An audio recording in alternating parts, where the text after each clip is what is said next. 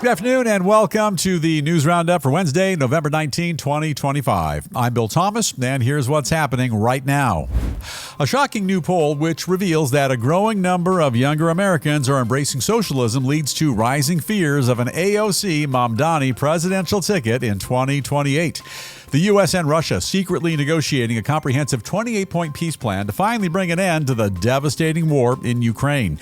And Taiwan handing out millions of civil defense handbooks and telling their people what to do in the event of an invasion by communist China.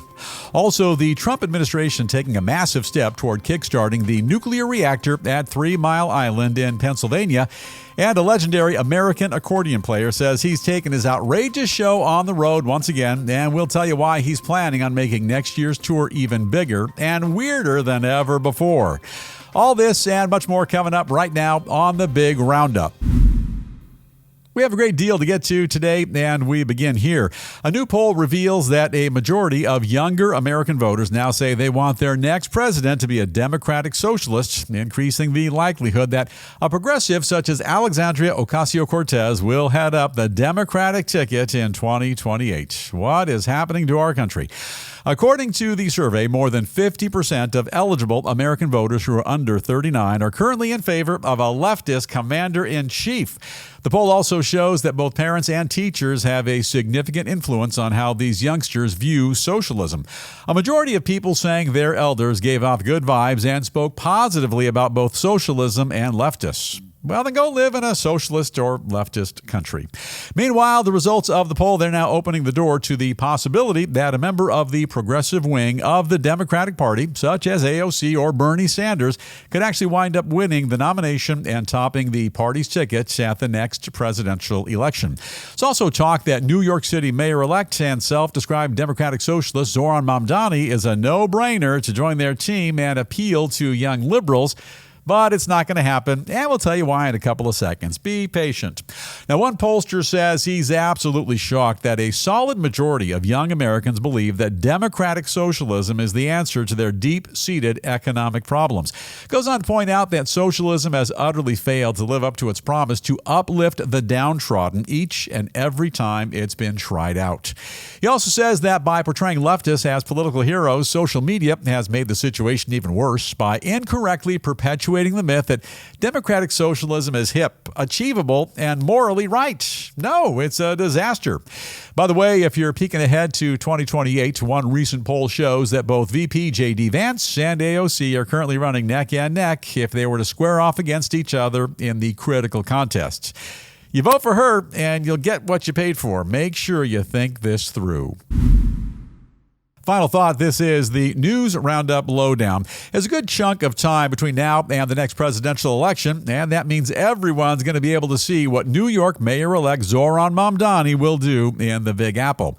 The Democratic Socialist has made some lofty promises with regard to all the freebies he'll be doling out to all those suckers who voted for him. But as we've said on this program right here many times, free has a monumental price tag. In time, New Yorkers, they'll begin to experience some good old-fashioned buyer's remorse, and he'll seal his fate long before his name is ever added to one of those fancy AOC for president bumper stickers. Put that on the back of your Pinto.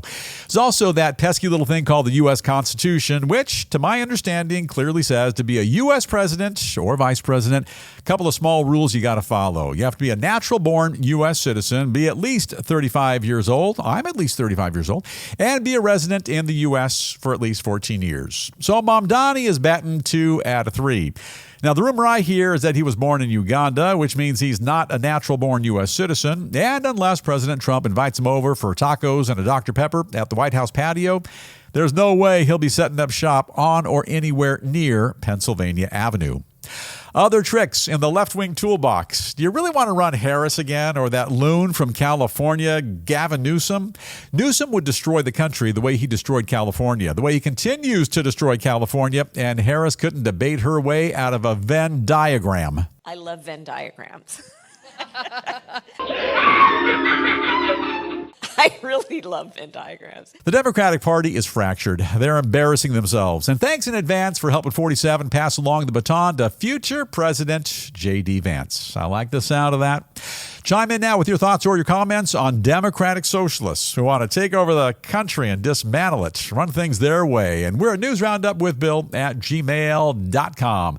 Our producer, Davey, I imagine folks are getting kind of worked up about this one. And who's up first? Okay, Bill, we start off today with Maribel calling in from San Antonio, Texas. I know San Antonio. I think they make some good salsa down San Antonio way. What's on your mind, dear? Okay, she says, just goes to show you how gullible young people are. Yeah. Socialism promises the world, but sooner or later, the bill comes due. Yeah, like we just said, everything is free until that bill comes your way, and somebody's got to pay for it. Thank you very much for checking in. Davey, who's up next? Okay, Bill, a different view from Joel in Chicago. What you got, Joel? Joel says, instead of AOC, Bernie, and Mamdani, I'd rather have Mo, Larry, and Curly in the White House. Yeah. And you can toss in Shemp as Secretary of State. Yeah, exactly. I'm thinking the exact same thing. You know, Democrats are in a world of hurt right now. They have no real credible front runners, and pushing the Democratic Socialist agenda, that's going to get them nothing more than another lost election. I appreciate you checking in. We are on the same page. Turning now to a different page, a promising development concerning a possible end to the biggest conflagration in Europe since the end of World War II. A new report revealing that right now the U.S. and our counterparts in Russia are secretly working hand in hand and putting together a comprehensive plan to end the brutal 4-year-long war in Ukraine. The report says that the Trump administration is preparing a 28-point proposal which has been inspired by the president's recent success with his peace deal in Gaza. Goes on to say that the deal is broken down into 4 distinct parts, including peace terms for Ukraine, security guarantees for Europe, and the future of U.S. relations with both Moscow and Kyiv. The report also claims that so far, Russian officials seem to be completely on board with the negotiations and that they're quietly optimistic the efforts could actually lead to a substantial ceasefire. However, it remains unclear how either Ukraine or the European Union will respond to the proposal. The Russians say the plan is based on a framework established by their leader, Vladimir Putin, and President Trump during their recent summit in Alaska. They also say that in addition to ending the war in Ukraine, the blueprint aims to restore the relations between our two countries, as well as address Moscow's long-standing security demands. For their part, the White House says they're already in the process of briefing both Ukraine and European allies in order to get feedback on the proposal. And they also say the timing is right for reaching a deal, that everyone involved needs to be both flexible and realistic, and that President Trump believes there's finally a good chance to bring this senseless war to an end. In the meantime, a massive Russian drone and missile attack on a city in western Ukraine has just killed at least 25 people, including 3 children. Final thought, and this is the News Roundup Lowdown. You know, the list of victories which the Trump administration has orchestrated with regard to ending wars, it's lengthy, and bit by bit, they're making progress on bringing Russia's war with Ukraine to an end. But yeah, there's still a great deal of work that's got to be done. It's all boilerplate, standard issue, down to brass tacks, end of war negotiations. You know the drill. Nothing really new here, and it's been talked about a number of times. For their part, Ukraine is looking for security. The Kremlin will most likely make demands to keep territories which they've stolen, and the U.S., along with our allies in Western Europe, we need to remain unified, work in concert, and do all we can to bring both sides to the table to negotiate in good faith. By the way, if Russia signs off on a peace deal, highly likely that U.S. sanctions will be relaxed. Moscow will become profitable by chance, and we can try to de-escalate what many of us see right now as a Cold War and make the entire world just a bit safer. You know, wars can't last forever, and at this pace, both sides will continue to lose lives, valuable resources as well, and after nearly 4 years, we desperately need peace in Ukraine. Tell us what you're thinking about a peace plan which just might take hold, and this could be a world-changing event. We're at newsroundupwithbill@gmail.com. I don't want to get too excited, Davey, because we've had some false alarms in the past, but yeah, fingers are crossed, and who do we go to? Okay, Bill, Grover from Larchmont, New York is writing to us today. Ah, yeah, Grover, what's on your mind? He says, if he pulls this off, President Trump will go down as the greatest peacemaker in the history of the world. Yeah, well, one of the greatest peacemakers. Don't forget the great success that Ronald Reagan had with Mikhail Gorbachev ending that Cold War. But yeah, this will be an epic accomplishment. This new plan, it sounds like a keeper, and a similar program has been very effective in the Middle East. But Vladimir Putin has bluffed the White House so many times in the past that he's lost any and all semblance of credibility. However, we continue forging ahead. We continue to try. All right, switch things up now just a bit and turn our sights to an alarming development concerning the possibility of an aggressive military invasion by the Chinese Communist regime. The country of Taiwan now distributing millions of civil defense handbooks to their entire population and warning people about how to respond in the event of a hostile attack by China. The book contains explicit instructions on how to prepare for a number of potential emergencies, including pandemics, natural disasters, and even an all-out military assault by the Chinese Communist Party, the CCP. Also goes into great detail about the types of threats an ordinary citizen might be forced to deal with from the CCP, including cyber attacks, drone invasions, and even the possibility of a maritime blockade. Additionally, the guide also warns people that hostile troops from China might even try to disguise themselves as friendly forces, and it goes on to say that all wartime claims on social media concerning Taiwan's surrender, they've got to be regarded as fake news, since the country will never be defeated. Final thought, this is the News Roundup Lowdown. Today, it's imperative for everyone in Taiwan to keep their guard up, remain on high alert, and plan for any and all contingencies, as China has made their intentions abundantly clear. They do plan on taking Taiwan as early as sometime in 2027, and their attack could be multi-pronged, and everyone is encouraged to expect the unexpected. Now, right here in Southern California, we have earthquake drills from time to time where everyone is educated and advised on what to do during a big shaker, and preparation is key to survival. Likewise, so bad in Taiwan that residents are already being briefed on what to do if, and we think when actually, but if China's communist regime makes their move on the island nation. Compared to China, Taiwan is in fact much smaller but well fortified, and they've made one thing abundantly clear. They will not surrender, and Communist China, they would do well to remember that Taiwan has a friend in the United States. Yeah, the U.S., Japan, South Korea, Australia, and a number of European nations as well. Prior to any offensive, Xi Jinping would be wise to devote some critical thought to any plans he has to attack his neighbor. And this time, he might be biting off just a bit more than he could chew, and a bit more than he should chew. Your thoughts on new developments taking hold right now in Taiwan. Drop us a note, and you'll catch us at newsroundupwithbill@gmail.com. Davey, it's all you, and who's up first? Okay, Bill, we've got Floyd from Granville, Tennessee checking in. Not Floyd the barber from the Andy Griffith Show, but the other Floyd. Floyd, what are you thinking? He says when a country feels it's necessary to hand out an instruction book for fighting a war, they're admitting it's inevitable. Yeah. We need to stop China before they strike. Yeah, they are admitting it's inevitable. And more important than that, China is admitting it's inevitable. They've been very candid. They plan on taking Taiwan as early as we just said in 2027. It might be down the road a little bit later after the Trump administration has moved on. But yeah, they've made their intentions abundantly clear. China already, by the way, has everything they need and then some. So to make these goofy, perpetual threats against a small island nation, nothing more than thuggery. Bullying on the global stage will never net a positive outcome for China's communist regime. Now, some additional headlines we are keeping a very close watch on here in the News Roundup newsroom. And first up in Texas, Governor Greg Abbott slamming a decision by a federal court in El Paso which blocks the Lone Star State from using its redrawn congressional map in next year's midterm elections. Now, those federal judges ruling that the map intentionally harms minority voters, and Texas vowing to appeal their decision to the Supreme Court. Moving along, the Trump administration revealing they've just loaned the Constellation Energy Corporation, I've heard of those guys, 1 billion clams so the company can restart and fire up a revamped nuclear reactor in Pennsylvania. That power plant formerly known as 3 Mile Island. You remember they had that huge meltdown back in 1979. And we're on the subject of nuclear energy. The world's largest nuclear power plant in Japan is cleaning its last remaining administrative hurdles, actually clearing those last hurdles and inching closer to coming back online. The massive facility has been collecting mothballs for more than a decade, ever since shutting down due to the Fukushima nuclear disaster. Heading over to the world of business now and taking a quick peek at a couple of stories which are ruffling feathers in finance, also the markets, and more. And we'll kick things off with Amazon-owned robo-taxi company called Zoox, set to begin giving passengers free rides throughout the city by the Bay, San Francisco, the one Tony Bennett sang about, as the company looks to gain ground on current industry leader Waymo in the race to ferry people around in self-driving vehicles. But think about this. You want to really drive around, cruise up and down Lombard Street, or traverse the Golden Gate Bridge in a ride with no driver? I got a problem with that.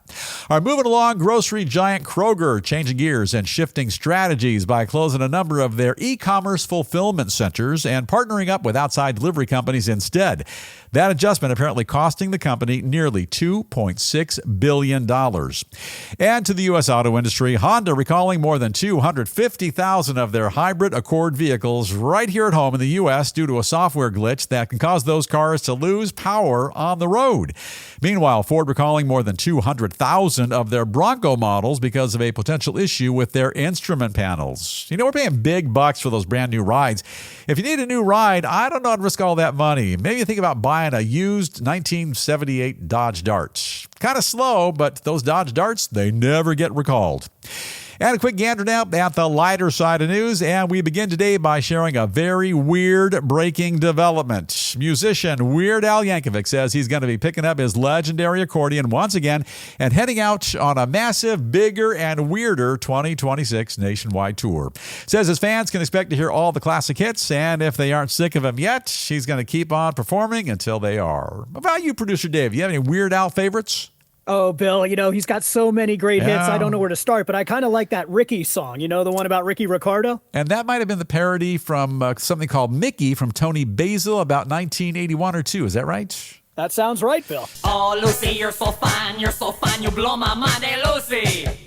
Hey, Lucy! Love that one. Also, there's only one rock star on the planet who's actually bigger than the Beatles, louder than The Who, and better looking than Frank Zappa, and that's the ultimate weirdo, Weird Al.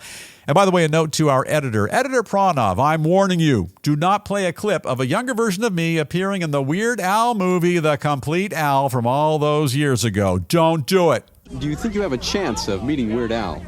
Well, I don't know, because sometimes it's all who you know anyway. Excuse me, can you tell us what you're selling here? Well, we have here your complete line of Al t-shirts. Producer Davey, please tell me he didn't do it. I don't know, Bill. I wasn't really paying attention to that one. I wasn't either. Catch all the weirdness as Goofy Al tours the planet and rocks the world one city at a time.